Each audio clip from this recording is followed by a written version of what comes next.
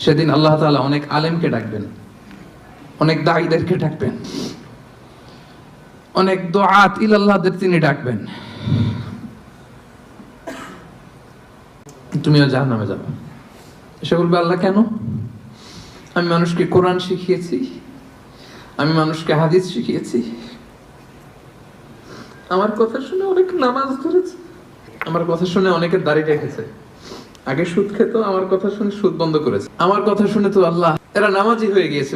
The entire society সুদ বন্ধ করেছে, নামাজ ধরেছে, তারা ফরজ যাকাত দিত। আল্লাহ আমি কেন জাহান্নামে যাব? আল্লাহ বলবেন, তুমি এই দাওয়াতি কাজ করেছো, লোকজন তোমাকে বড় আলেম বলবে, লোকজন তোমাকে বড় সেলিব্রিটি বলবে, লোকজন তোমার নামে তাকবীর দিবে, তোমাকে বড় আলেম বলবে, বড় দাঈ বলবে। এটা তো বলা হতো তোমাকে দুনিয়াতে, আল্লামা বলে ডাকা হতো তোমাকে। আল্লাহ এরকম আলেম হওয়া থেকে আমাদেরকে তুমি বাঁচাও।